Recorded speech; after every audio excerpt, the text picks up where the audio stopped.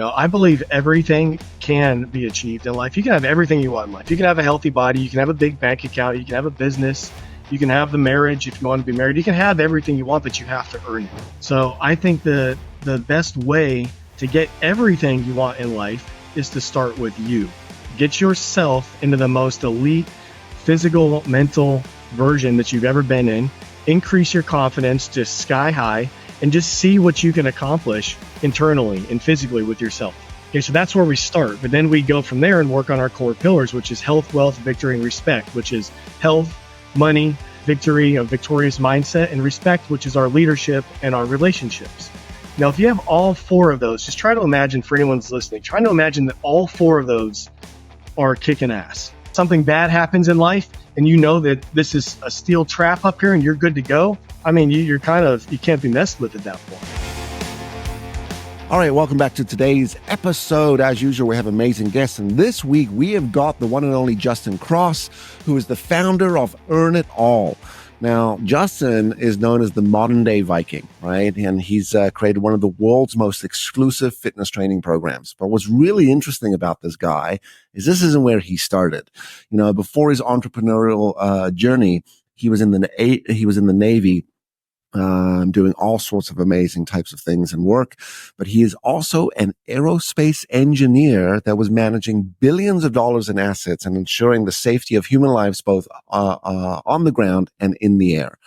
He's got an extensive background and has a tremendous amount or done a tremendous amount of work in specifically leadership, which, as you know, this is my world, right? So we're going to talk a little bit about his operational leadership course, which really comes from not just his real field leadership experiences in the Navy and the aerospace programs, but nearly decades of entrepreneurship, and just working through those tried and tested strategies, leading not just teams, but leading in these demanding environments. And when we think about the world we're living in today, it's a pretty demanding sort of environment or a tough economic sort of climate out there. So Justin's going to give us all the sort of insights that he can. He's also going to talk to us about one of his older brands, which is being revived now, called Earn Your Booze, which is perfect for a guy like me. As you know, I do like my drinks, but I also like to live a pretty active lifestyle. So Justin, welcome to the show. Hey, thank you, sir. Appreciate you having me on. Yeah, man, I'm excited to have this conversation.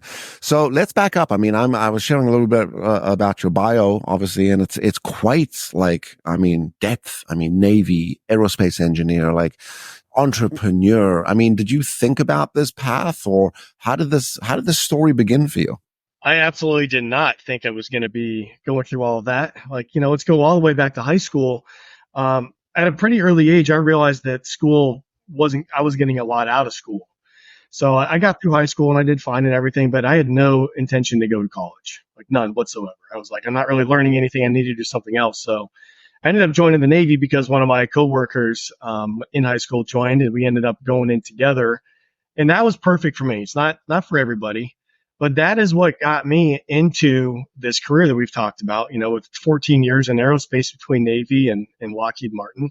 That's what did get me into college. And that's what did now, equip me with the tools to now be in business and know how to run a business. So it was the right path for me, but to say that I laid it out, definitely not. It just happened to, fall in line. And I've also been always one to, grab attention and grab opportunity where it is and figure out how to use it. Cool. You know what I like about that story, which is you kind of looked at college or as we're just not getting anything, right? And then when you jumped into your career, and it was through the experience that we recognized, hey, this is something that I want to go double down and learn more of.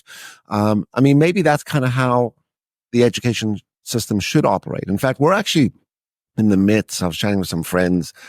There's a school in the US which it's groundbreaking in how they're teaching kids, right? And these kids are coming out beyond academically successful, but just amazing human beings prepared for the world and prepared for life. And what they do is they do 2 hours of AI learning in the morning. That's the academic stuff, right? The sort of foundational stuff. And then 6 hours of life stuff, right? Entrepreneurship, finance, coding, starting a business. And these kids are just, killing it as they're coming out of school. So, I think there's something to be said about sort of putting in that experience and then figuring out sort of how the academics sort of fit with it, right? Well, yeah, you kind of nailed the word there is experience. If I'm going to hire someone for my business, that's all I'm looking at. I'm looking at what is your experience for what I want to hire you for. And if you have a degree or something, sure, I might, take a look at that for a second, but that's the last thing I'm really looking for. I want to know, have you been in the trenches? If I'm going to hire you, have you been under pressure before? Do you know how to do this job under pressure?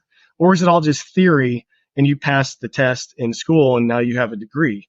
I would much rather have someone who has been having to make decisions and live with those decisions, live with the good and the bad ramifications of what they chose to do, and has had to go through some hell and is now still here smiling, looking for an opportunity and wanting to work with me. So that word is kind of everything in my opinion is real experience, good and bad.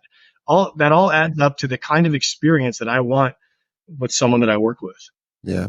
Well, this is the danger of losing people, right? People that have been with your organization for a long time, right? That corporate knowledge and that corporate experience and just, the insight that you have on how to sort of problem solve and fix those things and operate. So important to be able to keep people, right? And there's that not wonderful, there's that famous saying, which is people don't leave companies, they leave managers. So, I mean, you've got a tremendous background in leadership, right? Like building teams, driving teams, getting teams to perform.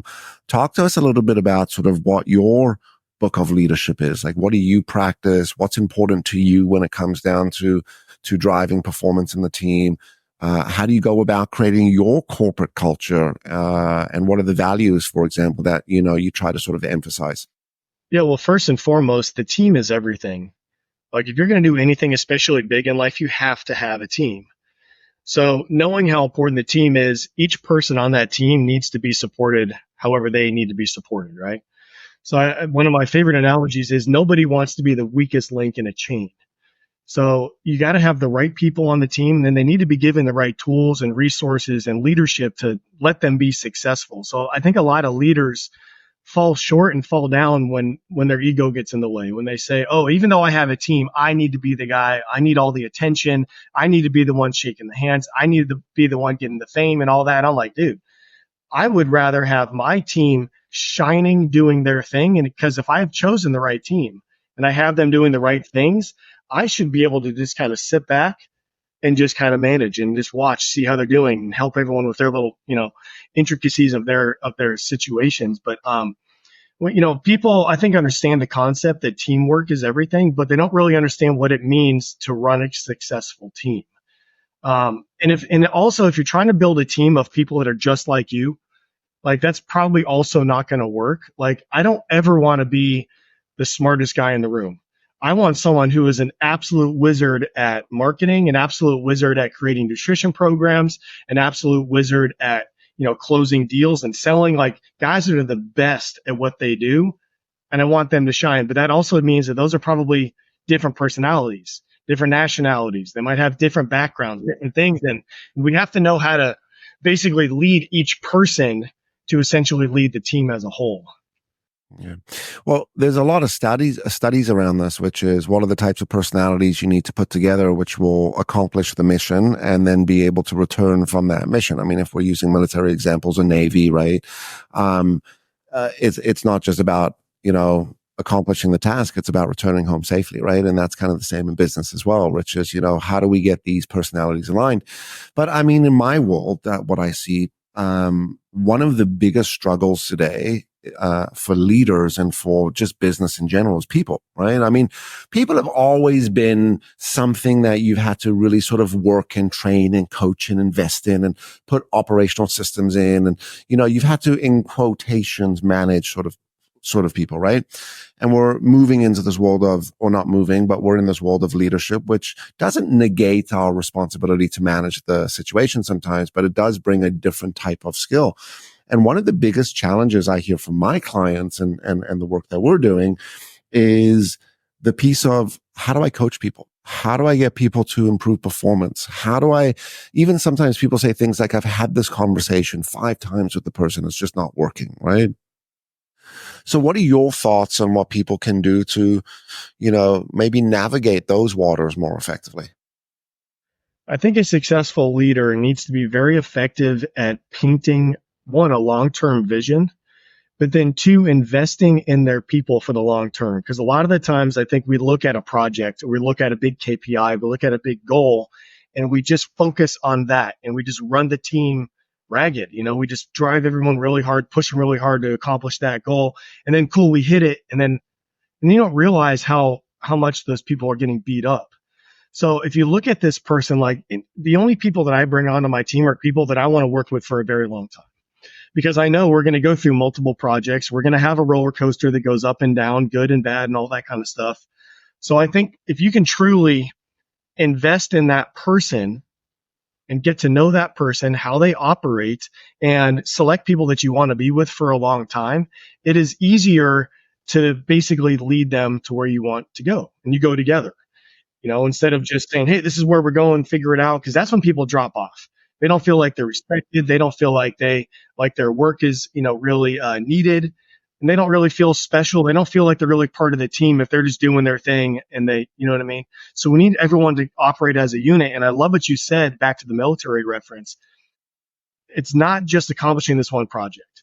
What are we going to accomplish in the long term? What is the big vision? And if you can get that into people, then if they have a bad project or something go wrong, they're not just going to bounce out and go look for something else, because they're going to realize, oh man, even though these last 3 months didn't go exactly how I want, I still see where we're going in the next 2 years. And I want to stay here. I want to be here with this leader. I want to keep giving everything that I have. So it comes down to caring about your people and really learning how they need to be led as well.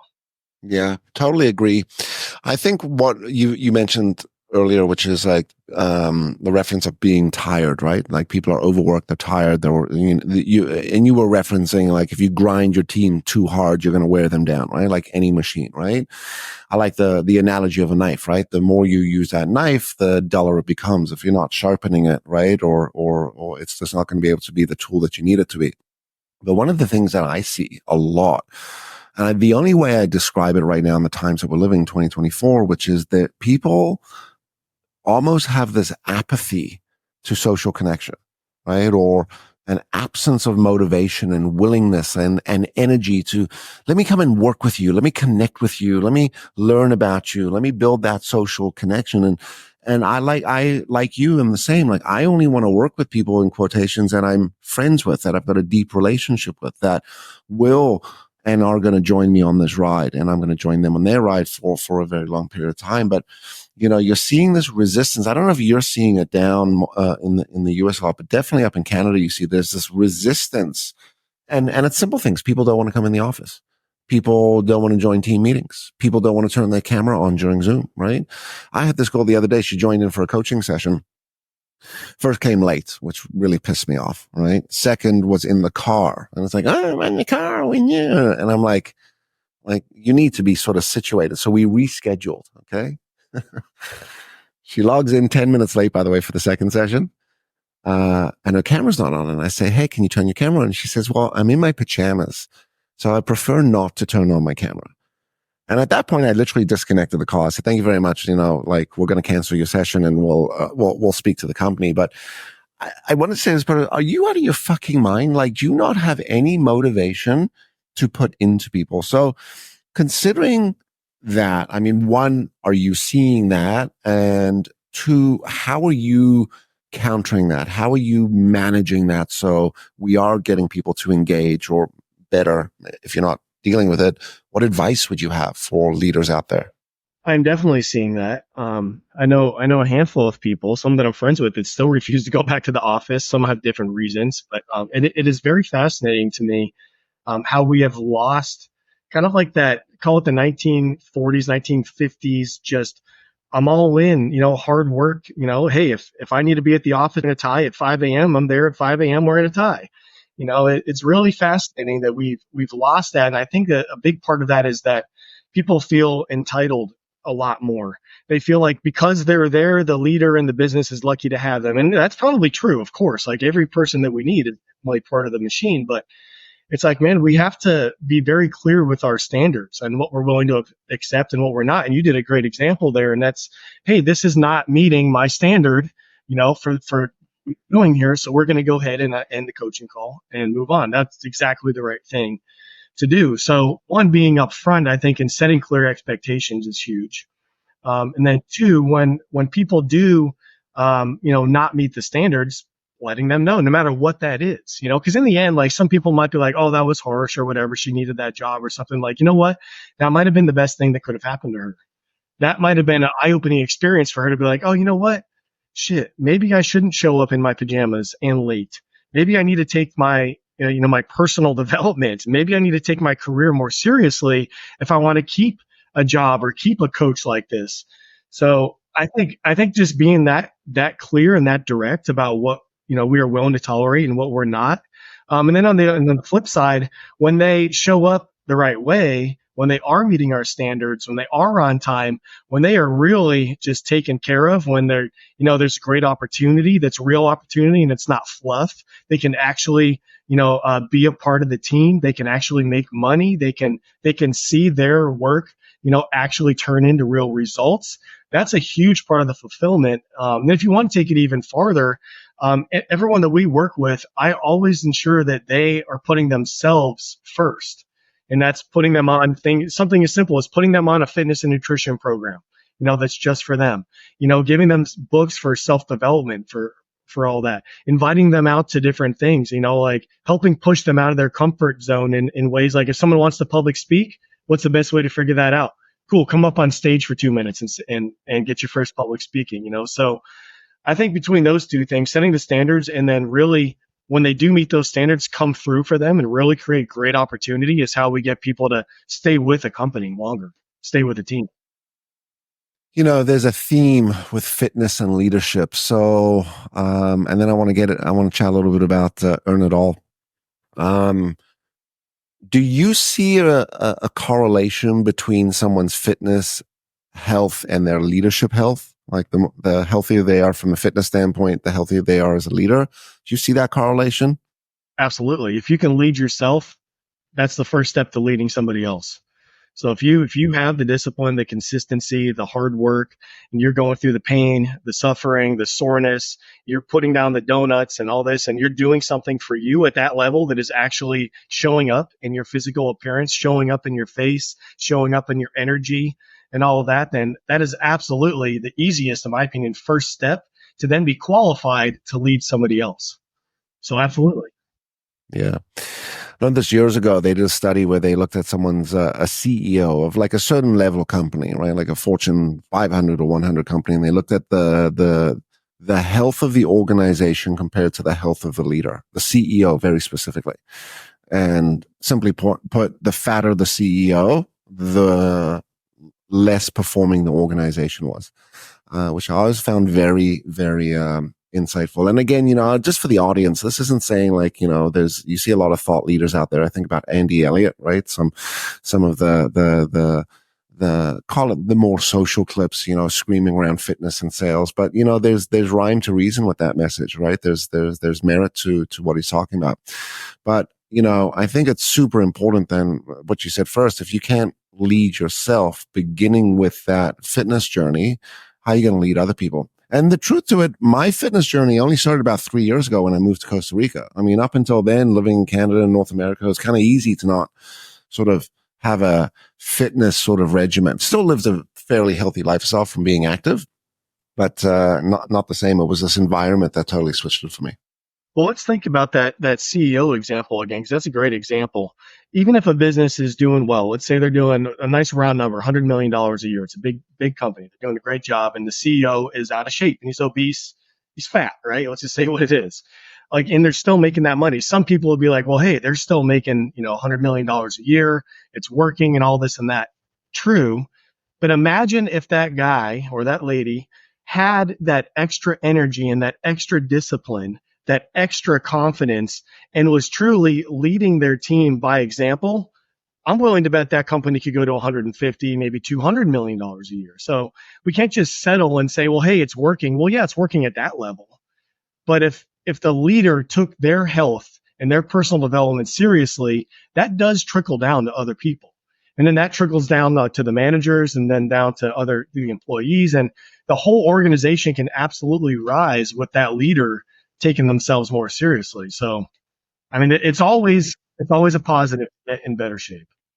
Yeah, well, that's the famous old line, which is the greatest teaching tool is role modeling the behavior you want to see.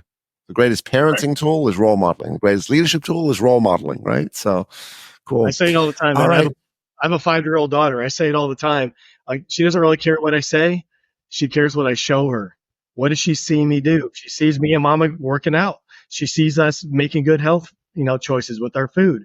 She sees us not being scared at things she's scared at. She's watching what we do. It's all by action. Cool. Cool. All right. Let's talk about Earn It All. Tell us about Earn It All. I mean, what are you helping people do? And for the audience, like, Justin is like an ultimate coach, as you could hear, leadership, personal development, fitness. So talk to us about Earn It All, and also tell us a little bit about sort of what motivated you to start this. Sure. If you think about earn it all, like, what does that mean? Right. At the core is that word earn. I believe everything can be achieved in life. You can have everything you want in life. You can have a healthy body. You can have a big bank account. You can have a business. You can have the marriage if you want to be married. You can have everything you want, but you have to earn it. So I think the best way to get everything you want in life is to start with you. Get yourself into the most elite physical, mental version that you've ever been in. Increase your confidence just sky high and just see what you can accomplish internally and physically with yourself. Okay, so that's where we start. But then we go from there and work on our core pillars, which is health, wealth, victory, and respect, which is health, money, victory, a victorious mindset, and respect, which is our leadership and our relationships. Now, if you have all four of those, just try to imagine, for anyone who's listening, try to imagine that all four of those are kicking ass. Like, if you open your bank account, you're so happy you see what's there. You look in the mirror, you love what you see. You look around at whatever your family situation is, it's perfect. You love everything that's there. Something bad happens in life, and you know that this is a steel trap up here, and you're good to go. I mean, you can't be messed with at that point. So we do start with health and fitness on an Earn It All program, but we are always working on helping people level up all the different levels of their life. And the reason that we started Earn It All, like, it really came off of our first brand, which is Earn Your Booze. Started that back in 2017. We'll talk more about that. But the number one question we always got was, well, hey, Justin, how do I earn it? Like, what do I do? This is my lifestyle. I get it. I work out. I try to do this stuff. How do I earn my booze? Well, this is our answer. The answer is everything I just talked about. It's getting your body in the best shape possible, being a good person, handling your responsibilities, learning true moderation, not falling off the horse, falling off the wagon, and just being able to keep accomplishing your goals, having fun along the way, treating, your drinks or your donuts or your treats as a reward, So this is what we created essentially to answer that. But now that Earn Your Booze is coming back, they're going to merge together. Cool. Cool. I would imagine that a lot of your target or audience is male, and I'm interested to ask, what are you seeing with that sort of younger male, the 18 to 25-year-old? And I'll preface this, which, I recently just had a conversation with a parent, which they're very concerned that their son is depressed, right? Low energy, low mood, sad, right? Not really driving goals. And it's men already have it hard enough in the sense that, we could appreciate that, not appreciate the understanding is 80% of suicide is male, right? And, we're seeing this younger male in today's world, which, didn't necessarily grow up with the resilience, because never had to, right? Everything sort of became instant and accessible, right? You're seeing a tremendous amount of young males virgins, right? With no motivation actually to date because they could watch porn all day, right? And, play video games. So in the work you're doing, all right, because I'm just starting, like, I get glimmers of this in some of my corporate clients, right? Particularly with their kids. But it's really not a target or an audience that I tend to cross a lot. And I would imagine that you deal with a large male audience. Are you seeing this in younger males? And then in some capacity, what is the answer for them to not feel depressed, to not go through this mental health stress? It's actually running rampant, and it's kind of eye opening and kind of sad to see, but we see it all the time. We ran the fitness division for Andy Elliott for a year, all in 2023, and through there especially, we brought in a lot of young like sales teams in the solar world and the car world, and it was amazing to me that exact demographic, and we still do this now, but like 18 to 25. To me, I think about me when I was 18, 25, and it's crazy that I can't really compare. Like I joined the Navy when I was 18, and jumped right into Lockheed after that. And I've just always been doing my thing. But so many of these guys right now are lacking a couple of things. You actually nailed a couple. We do have a men's development camp. You nailed a couple of our core pillars, which are direction, purpose, action, and resilience. And I think a lot of the reason is like these guys, like you said, life is too easy. Like men have to pay to go have like a difficult experience, like a boot camp and cold water and, physically, mentally challenging experiences. We have to pay for that now. Like we're not stomping through the snow. We don't have to hunt to eat. Everything can come right to our door. And it's so crazy. Like you're exactly right. What you said, like even when it comes to like women, like when I was in high school, like, we didn't have social media. We didn't have internet we was You just have to coming around. walk over. Yeah. Like, but it was always like, I want to go meet girls. Like this is that's what we do as young men, and now I think with, porn being so accessible, and even if it's not porn on like just Instagram and Facebook and TikTok, there's so much soft porn. There's so many dopamine hits all over the place. I'm not surprised why so many guys are lacking the confidence to go talk to a real woman, because it's like, well, I can just be over here. I can look at a perfect 10 in her underwear or doing whatever I want her to do. It's crazy. So to answer your question directly, I think a lot of these boys that are becoming men don't have great leadership, and they don't have a truly defined purpose. And I was kind of in that same place a little bit. If you remember in the beginning, I didn't want to go to college. I wasn't sure what to do. Thankfully, I joined the Navy, which turned out great for me, because I was a junior in high school when 9/11 happened. So that was part of my deciding factor. I'm sitting there watching the TV, getting pissed off. And I'm like, I'm not going to college. I see this. I'm like, I could go do that, and I could do something like that. So I found my direction and my purpose in joining the Navy. But a lot of these guys, if they're not going into the military, and even if they're going to college, it's like, what am I working so hard for? What am I working out for? Why would I listen to Goggins? Why would I read these books? Why would I listen to the Better Human podcast? Like they don't know if they have anything to apply it to, and I think that's just a big societal problem. I think though, if we can get back to like our roots as men and what we're supposed to do, we are supposed to be strong. We are supposed to be resilient. We are supposed to be dangerous. We are supposed to be the ones that put on that mask and say that everything's fine when the house is on fire to keep the family calm and safe. But they don't have that. So they have to try to pay to go get that experience, which is kind of wild, Yeah.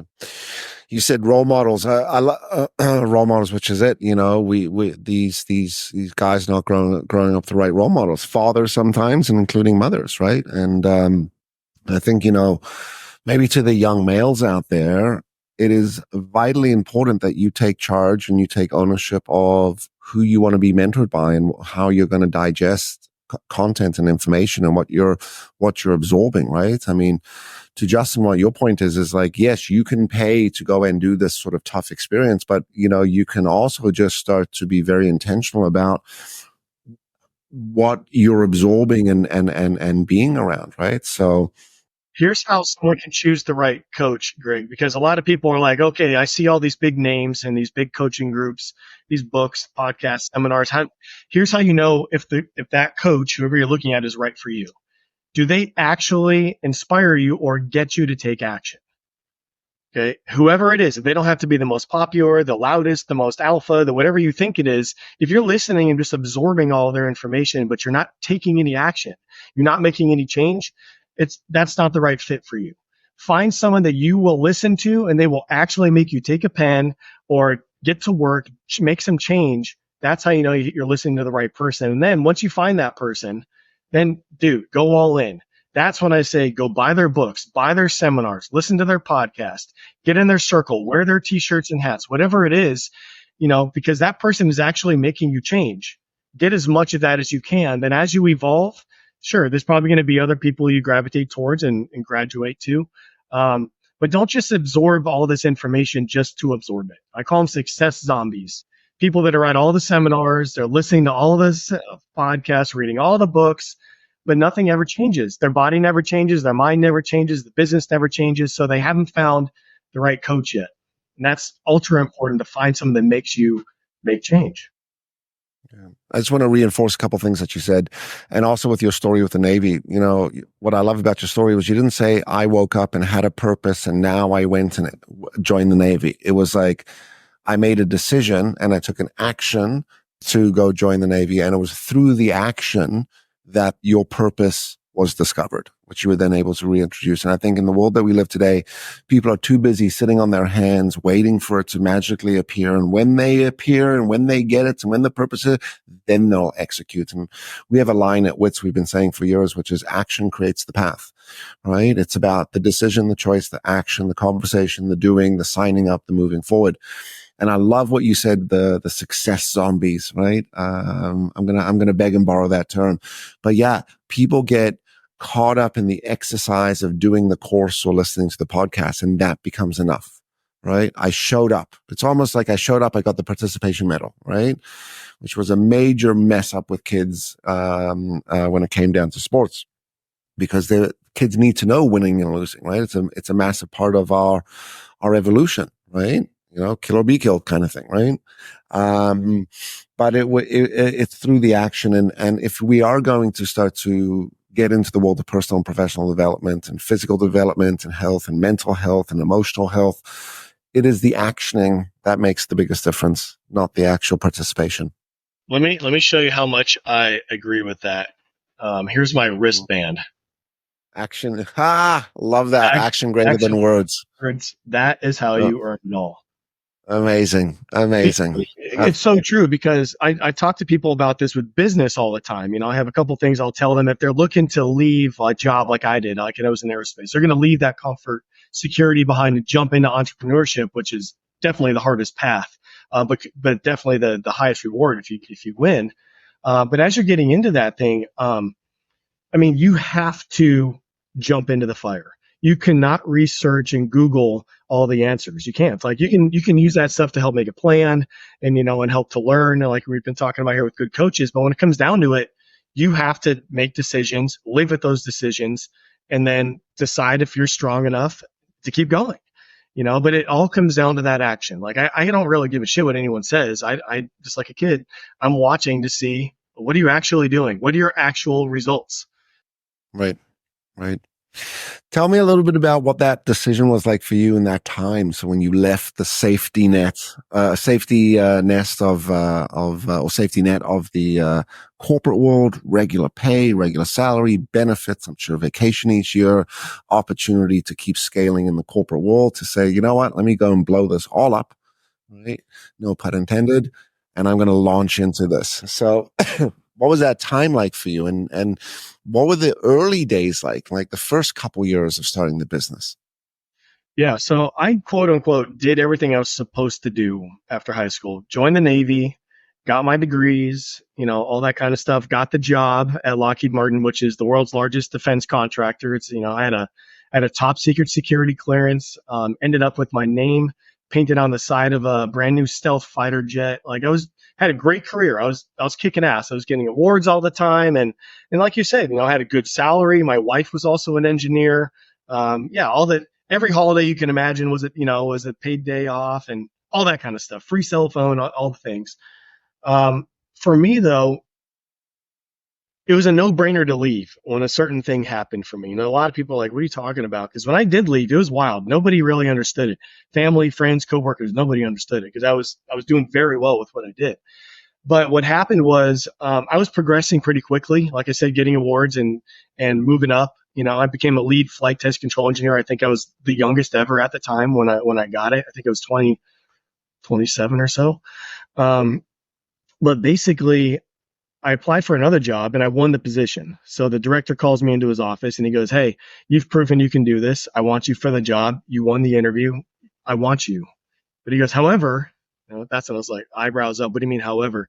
He goes, HR says you need another 10 to 15 years experience on top of your 15 years experience before you can have this job.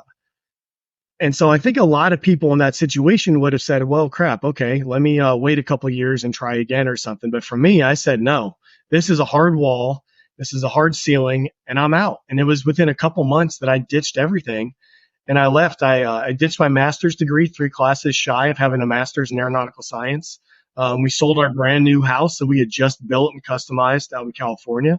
And I even left a stepdaughter out.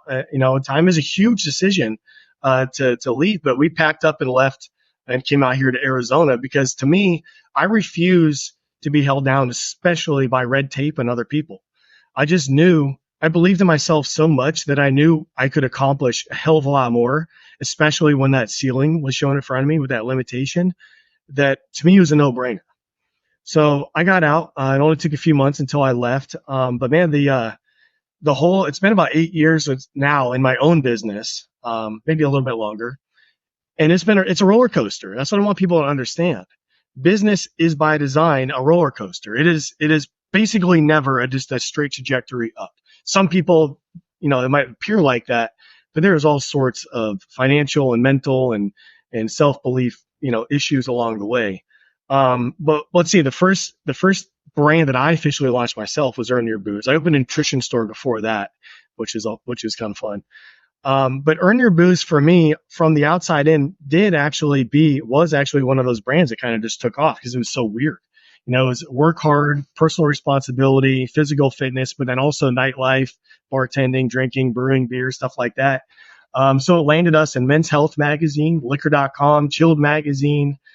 We had international tours, basically going Earn Your Booze tours all over the place. Big sponsors like Milagro Tequila, Kettle One Vodka, Corona, like all this stuff. And so from the outside looking in, like everyone's like, oh shit, he left aerospace and he actually did it. This is cool. But then I got hit with my first kind of nuclear bomb, which was COVID. So we were heavy in the event space, heavy on the in-person stuff. And COVID essentially ruined that because all the sponsors pulled their money, all the venues shut down, everybody locked themselves in the house. And a lot of people, I think, would have packed up shop at that point because we were on one of these trajectories. But yeah, I said, you know what? No, we're not going to quit. I believe in our mission too much. I've set it up the right way. Like I trademarked everything from the beginning. I built a real foundation. And so we did what we had to do to pivot, sell apparel online, survive those couple of years. And now what we're doing now, I'm so glad that we did it. But when Andy Frisella says it takes minimum, usually 10 years before you see anything, I was like, yeah, that makes sense. I'm 8+ in. And even though we've had some great success and we've made money and, I could, paint the picture all day for how great, our mission and our brands are. Now is when we're finally feeling like we're hitting our stride. And I can see the big ramp up is here. I can see an exit in a couple of years. I can see that, but it took almost a decade. So I want people to understand that, no matter what you think you're excited about, whatever your business idea is, you really got to pay attention to the market and what you're getting into and make sure that you, again, are putting yourself first because it is not going to be easy. Yeah. I learned that a long time ago. Pay yourself first before you pay anyone else, right? Because if not, you quickly make decisions to pay other people and then you're out of money. Love that story, man. There's timelines to this, which is if you're in business for a year, you've got a good idea. Okay? Good idea. If you're in business for 3 years, I think you got a little bit of a business model. Okay, hold on a sec here. There's an operational sort of excellence to this. I like what you described, foundation. I've built a solid foundation. But then you want to get from year 3 to year 7. And if you could hit year 7, now you've got a business. Now there's something really there, right? And then really to move to the next stage would be from year 7 to 15. And as you said, it took 10 years. I had this conversation with my wife yesterday, which is don't get caught up in the iceberg. She said, what do you mean? I said, what you see this person doing is just the tip, the 10%. The last 20 years, this person has been building and suffering and not earning and et cetera, et cetera. And, this is where social media doesn't do business well, where people just get to see the tip of the iceberg, but they don't appreciate the beneath the surface, all the work that had to be done just to get the top part out. That's exactly right. I mean, that's a perfect analogy for it. And you're right. Social media does kind of let especially aspiring entrepreneurs down a bit, because it is difficult, even like it is difficult to kind of show the ins and outs. Like right now, like I could be recording this that we're doing a podcast, or a lot of my time is spent speaking with people now and working through deals and partnerships and stuff like that. But when you're doing especially when we were doing apparel through COVID, like that's not the most sexy thing to show, ordering inventory and having shortages and making shirts and writing thank you notes and stuff. That is most of what our time is spent on. And then we just show, okay, here's a snippet of the fun part of the business. So yeah, if an entrepreneur or someone who wants to be an entrepreneur can understand that and understand that, like, dude, there's no room for complaining. Everything is on you. All the BS, all the stuff, everything good and bad comes back on you. And then every once in a while you get to show some fun stuff. Cool. But if you're doing it for fame and you're doing it to try to be, well known and famous and all this and that, like it's not going to work. You have to have the back end structure. Yeah. I was just thinking about this, which is maybe people don't get to call themselves entrepreneurs until they've gone through 3 to 5 years of business, right? Like now that I've been in business for 3 to 5 years and I've gone through the peaks and the valleys, and I appreciate your COVID story. So for us, training business, we went to 0 in revenue by the end of March. Like all corporate contract canceled, right? Like I think it was $1.2 million lined up of contracts that overnight, like email, ding, ding, ding, ding, ding, ding, cancel. And originally it was just for 2 weeks, right? And what did you do? We had to pivot. So I love your story about pivoting in regard to doing apparel and stuff like that. I mean, it just goes to show that at the end of the day, the commitment, right, to the purpose and to what we're trying to achieve is the guiding light. That's the North Star, right? And how we get there, we have choice. Right. You nailed one of my favorite things is the North Star. I tell people this all the time. Whatever business you think you want to get into, first you have to make a great plan for it, right? Research that industry, where it's been, where it is, where it's going. Find a way you're going to stand out and do something better. Find a niche, something unique about it, but make a great plan and then execute that plan. But then the other step is be willing to crumple that plan up and throw it in the trash, but keep your eye on the North Star. So you still keep going towards the North Star, but maybe the first way that you were going about getting there isn't going to work. Maybe the second, third, fourth, and fifth ways are not going to work. But maybe if you make it long enough, like you said, through 3 years, 5 years, and various different ways of trying to get to that North Star, maybe you'll hit it and you'll get there and you'll finally figure it out. But too many people, back to what you said about the young men, too many people make a mountain out of a molehill. They'll have one thing go wrong, or a couple things go wrong, and that's just it. They can't handle it. They don't have the resilience. They don't have the fortitude to keep going through. And it's like, that's what an entrepreneur is. We solve problems. We put out fires, So essentially, if you want to be an entrepreneur, cool. Also look at yourself as a problem solver and a firefighter, in my opinion. Yeah. Totally agree. And I like to remind people, resilience is an outcome. It's not a thing that you're born with. You're not born resilient. You become resilient through the experiences. And the purest definition of resilience is getting back up. You get knocked down, but I get back up. But I'm not getting back up, motivated, strong, blah, blah, blah. I'm clawing myself back up. And it's because I claw myself back up and I take those steps forward that thereafter, now I'm resilient. So when I experience these things in the future, I don't crumble. Awesome. Sure. Justin, let's talk to us a little bit about Earn Your Booze. And if people wanted to learn more about your coaching and if they want to sort of get in touch with you, how could they do that? Most people in the world do like to work hard and have some fun, like usually have some drinks. And most people, not everybody.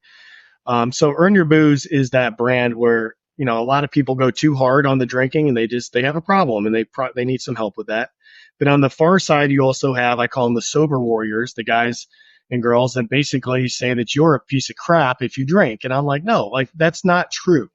I know from my own personal experience and from thousands and thousands of customers and clients that it's not true.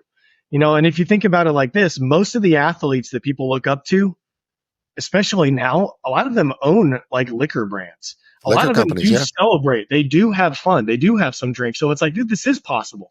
It is possible to be in great shape. You don't have to suffer and hate your diet and hate your life, and just keep grinding away. Like, it's okay to have some fun, to celebrate some wins along the way. So Earn Your Booze is that the ultimate work hard, play hard community. So, we have some fun shirts and tank tops and hats and shaker cups and stuff like that. You can rock in the gym or, the weekends and stuff like that. But we are going to be releasing our Earn Your Booze coaching community that is full of people like me and our other coaches like Adam and Rob on the fitness side, but also on the drink side. Really, drink education, what to eat when you drink. What are fit cocktails? Like, how do I batch up like a healthy cocktail for my Super Bowl party? I see all these different kinds of bourbons and whiskeys and scotches. I have no idea what to do. Like, I'm not a sommelier. I don't know all the wines, like I hear tequila might be a better thing to drink, but why? I thought margaritas were bad, so we answer all of those things to really show like that you can earn and enjoy a great life. So then that is currently on earnitall.com. And that is where we go in. We teach people how to earn everything. So you can come in. We do 90-day programs. We do fully customized high-end programs for business owners and executives. And we also do programs that anybody, whether you're a first responder or a stay-at-home mom or someone in finance, can do and get great results from. Cool. Super cool. Is that your pup in the background, by the way? It is. Puts it on mute. It's like, shut the F up. I'm recording a podcast. I think it works too, so that's cool. Yeah, no, it's good. What kind of puppy? What kind of dog? I have two miniature pinchers that, they look like big Dobermans, but they're only about 8 pounds. I know them well, right? They got big barks, right? Little bodies, but big barks. I don't realize something. Yeah. So, dude, long story short, like I'm on a mission to help people like earn and enjoy their life. And Cool. A lot of people don't want to be told that they can only have chicken, broccoli, rice, and no booze and no fun. A lot of people are like, dude, I don't know. I still want to have some fun. Like, tomorrow's not promised. I don't know what is coming in the future. Like, yeah, I want to be healthy, but I also want to, enjoy my life. So that's what we specialize in, getting people into great shape and really helping them lead by example. Love that, man. Love that. I think it's what you're really representing is balance, right? Because in the thought leadership space, if you're not careful, it's all or nothing. You either do this all, right, or you do nothing. I got a couple sober warriors in my life as well. And, they get on their position, which I go, oh, listen, I agree with it. It's just, I have a different lifestyle. So, the audience kind of knows I do like my wine. In fact, early days in the podcast, we used to have bourbon, right? In fact, I think if we go back to those first couple episodes, you could probably hear how drunk we are, right? Going through it, right? And eventually you start to dial it back because you think, hold on a second, can't keep this up forever. Right. But no, I do like a good old fashioned. Same here. Awesome. Justin, man, this has been a cool conversation. I appreciate the work you're doing, the coaching that you're doing. I love what you're representing. Your story of entrepreneurship is amazing. And again, for the audience, the ultimate story of leaving the safety net of corporate and then, taking the risk to start something that you are really sort of passionate and purposeful and sort of committed to. But the lesson of taking the action, because as you go through that roller coaster, it's just that continual stepping forward. Super cool. Yeah. Let's drop some links for the audience. And then I got one more question for you. So awesome. How could they get in touch with you? Your website, your Instagram, drop all those handles. Yep. earnitall.com. Piece of cake. Shoot me an email on there if you like, or go to Instagram, Justin J, my middle initial Cross. Shoot me a DM, or go on and find Earn Your Booze or We Earn It All across any social platform. Yeah. And you'll see it, the audience. He looks like a Viking Navy, sort of retired aerospace engineering entrepreneur looking kind of guy, right? So who sells cool t-shirts as well. So he's, you definitely can't miss him. All right. At the end of the episode, we come to the most important question, which is, what do you think we could all do to be better humans tomorrow? I love that. Well, in my opinion, the first step to truly earning it all in life, which is a better tomorrow and a better society and all that, is to lead by example. In all regards, the way you carry yourself, the way you treat people, your health, because there's so many people that are watching you, whether you realize it or not. It doesn't have to be kids or spouses. Like, there's just people that are watching you. Anyone listening to this, you're being watched, and people are looking for you either for entertainment or value or leadership or something. So if they see you leading by example, that's going to start to chip off and wear on other people. And if we're doing this, and we're all doing this, that is truly how I know that we can build a better, stronger, healthier, happier society. So if you lead by example, it's going to help everybody else. Love that. And it's probably the wisest advice we could give. Justin, thanks for being here. Really appreciate our conversation and time. Absolutely, brother. Great talking with you. Thanks for having me. All right. To the audience, if you like today's episode, don't forget to like, subscribe, share. Definitely, if you're on Instagram and some of the other social platforms, go and follow Justin Cross. Check out his website, earnitall.com, which we will have all in the show notes. Stay happy, stay healthy, have a drink or two, work out this week, get that balance going, and we'll see you all next week.